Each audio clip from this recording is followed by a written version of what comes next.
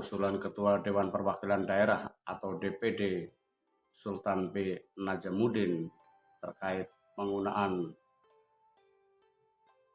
dana zakat untuk membantu program makan siang gratis atau sekarang bernama makan bergizi gratis yang dilaksanakan di sekolah-sekolah mendapat respon berbagai pihak yang umumnya menolak. Wakil Ketua Majelis Ulama Indonesia Anwar Abbas mengatakan bahwa kondisinya tidak tepat, kecuali penerima manfaat dari dana zakat itu dapat dipastikan atau bisa dipastikan sebagai fakir miskin. Sebab ada 8 kriteria penerima zakat ya, yaitu fakir, miskin, amil, mu'alaf, orang yang sedang dililit utang, budak yang ingin dimerdekakan, sabil dan fisabilillah atau sedang berjuang untuk agamanya, untuk menegakkan amar ma'ruf nahi munkar. Kira-kira seperti itu. Jadi di luar kriteria tersebut tidak boleh secara Islam ya, karena zakat itu kan bagian dari hukum Islam. Untuk menjamin bahwa siswa penerima manfaat zakat di sekolah sebagai fakir miskin itu kan susah ya, karena dalam satu kelas itu kan memang beragam, terdiri dari siswa-siswa yang berasal dari berbagai kelompok ekonomi. Ada yang keluarganya mampu, ada yang setengah mampu, ada yang fakir miskin. Nah, jika kemudian penerima makan bergizi gratis dikelompokkan, ada siswa yang dapat dan ada siswa yang tidak dapat, karena berdasarkan ekonominya tadi berbeda-beda, itu justru akan menimbulkan masalah baru. Jadi intinya secara tegas,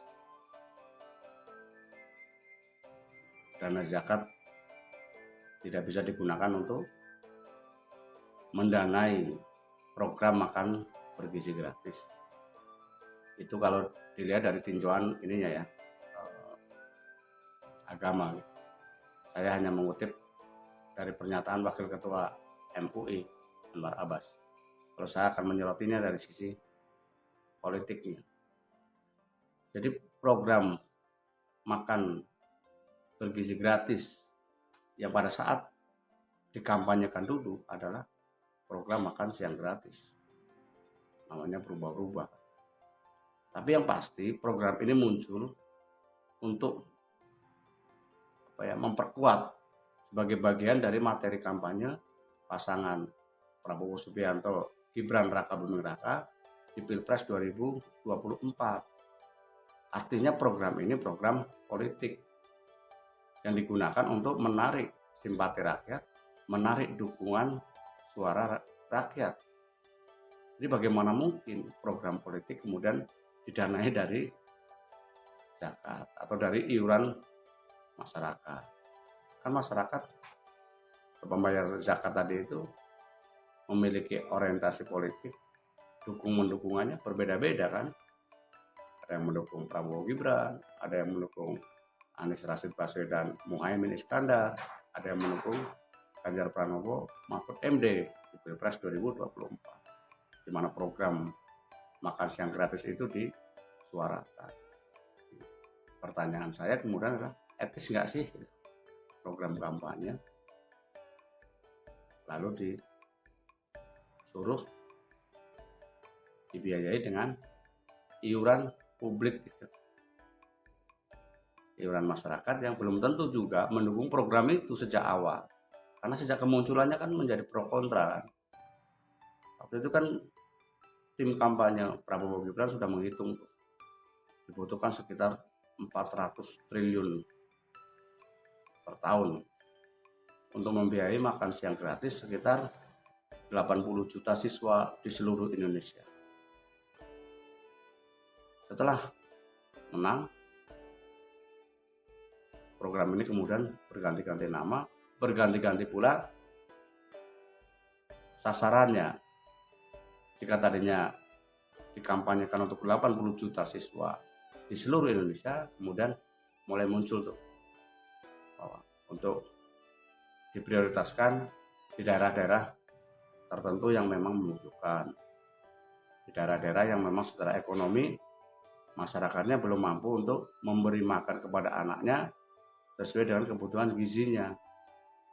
Jadi program itu terus mengalami perubahan nama maupun perubahan pelaksanaan. Jadi berbeda betul pada saat awal dimunculkan dalam sebuah kampanye pilpres. Ada yang keluar kan, mereka sudah tahu dari mana dana itu akan diambil dan sebagainya. Ketika kita kritisi makin dalam, mereka pun makin kuat, makin kencang mengatakan bahwa dananya sudah ada. Sama seperti dulu kampanye Jokowi di Pilpres 2014 yang sudah mengantongi 11.000 triliun gitu, sehingga tidak akan utang. Tapi justru di masa pemerintahan Presiden Joko Widodo lah utang negara kita naik berlipat-lipat. Jadi begitu, karena ini program politik dan memang waktu itu dikampanyekan gitu untuk tujuan politik, sehingga mestinya tidak menggunakan dana publik untuk membiayainya. Kalau itu kemudian dimasukkan sebagai bagian dari program kerja pemerintah, ya monggo diambil dari APBN kan, sah-sah saja gitu. Jika APBN-nya cukup, karena APBN kita cuma sekitar 3.000 triliun, 400 sampai 500 triliun diantaranya sudah habis untuk membayar cicilan pokok dan bunga utang. Sisanya untuk membayar pegawai, pembangunan infrastruktur dan lain-lain. Jika ketika diambil lagi sekitar 400 triliun untuk makan bergizi gratis, ya pastinya kedodoran lah APBN kita. Kalau menurut saya sih, sesuai apa yang disampaikan oleh Presiden Prabowo Subianto dalam berbagai kesempatan, bahwa pemerintahnya menekankan efisiensi penggunaan anggaran, yang salah satunya diimplementasikan dalam pelarangan atau pengurangan perjalanan dinas para pejabat ke luar negeri. Jika memang itu serius, program untuk efisiensi anggaran lebih serius, kan bukan hanya mengurangi perjalanan dinas ke luar negeri kan, masih banyak yang bisa ditekan dalam rangka efisiensi tadi itu. Misalkan fasilitas pejabat negara, fasilitasnya kan gila-gila, mobil mewah, patwal dan sebagainya, belum rumah dinas, belum tunjangan kerja, belum kebutuhan-kebutuhan lainnya. Jadi ada anggaran kegiatan pimpinan lembaga kan. Nah, hal seperti itu kan bisa ditekan, bisa dikurangi, dan jumlahnya itu cukup besar lah. Jadi jangan hanya untuk meyakinkan kita bahwa pemerintah benar-benar melakukan efisiensi lalu hanya diambil dari pelarangan perjalanan dinas ke luar negeri. Saya pikir itu hanya lip service lah, karena juga ya besar sih memang efisiensi yang dilakukan besar, tapi jauh lebih besar jika mau melakukan penekanan ke pemberian fasilitas-fasilitas pejabat yang sangat besar. Kemudian menerapkan pemerintahan yang baik, pemerintahan yang bersih, clean and good government. Jadi hal-hal itu justru bisa mendatangkan gitu ya, mengirit APBN untuk kemudian dialihkan kepada kegiatan-kegiatan yang menjadi prioritas. Jika program makan bergizi gratis itu sebagai prioritas, karena untuk menunaikan janjinya, janji kampanye ya kan dengan cara menekan pos yang lain gitu. Jangan kemudian mencari-cari cara yang justru berpotensi menjadi pro kontra. Karena kalau menggunakan zakat, kemudian berhasil nih, kan kelak pada Pilpres 2029 akan diklaim tuh sebagai programnya. Ini program gua katanya. Inilah keberhasilan gua. Nah kan kacau. Didanai oleh seluruh rakyat, khususnya umat muslim ya jika diambilnya dari zakat. Tapi kemudian diklaim sebagai keberhasilan 1-2 kelompok. Karena kan pendukungnya hanya dari satu kelompok kan. Nggak semua masyarakat Indonesia kemudian menjadi pendukungnya dalam sebuah kontestasi Pilpres mendatang.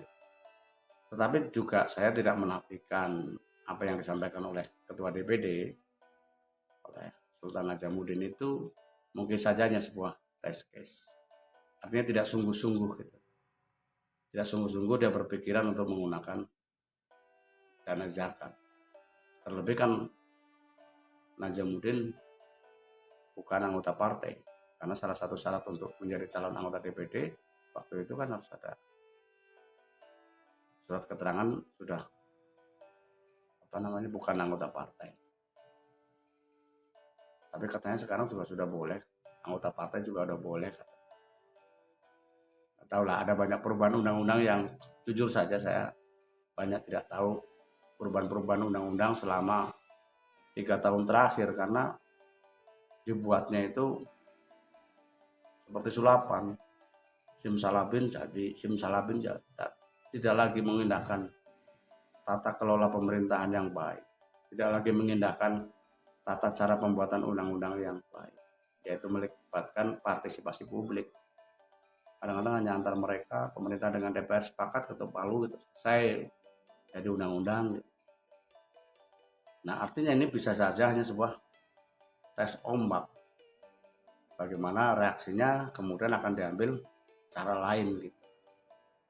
Karena ranahnya ranah politik, kita tetap harus melihatnya dari dua sisi.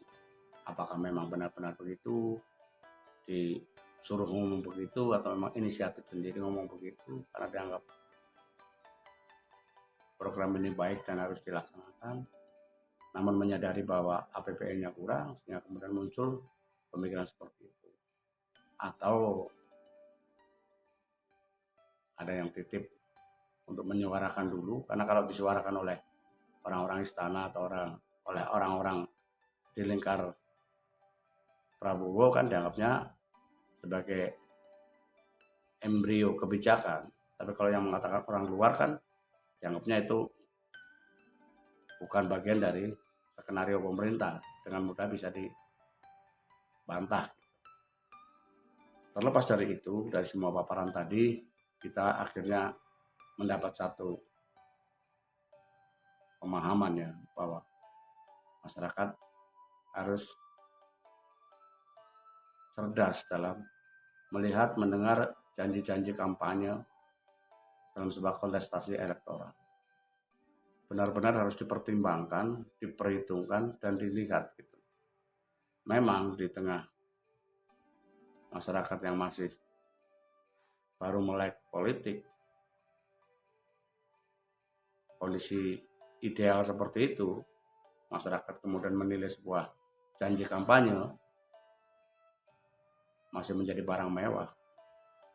Kesadaran untuk memilih pemimpin yang baik, untuk melihat janji kampanye secara jernih, tidak hanya terbuai dengan pencitraan, dengan pesona yang dibikin, gimmick-gimmick yang dibikin, yang diciptakan oleh para pendukungnya, oleh para buzzer-buzzernya, itu masih menjadi impian kita bersama. Tapi jangan pernah lelah untuk terus berharap, terus menjaga demokrasi yang telah kita bangun dengan susah payah. Jangan sampai kembali ke masa-masa kegelapan ketika suara kita dianggap sebagai pengganggu pemerintah, padahal negara ini milik kita bersama. Terima kasih teman-teman, masih terus stay di channel YouTube saya. Selamat siang. Wassalamualaikum warahmatullahi wabarakatuh.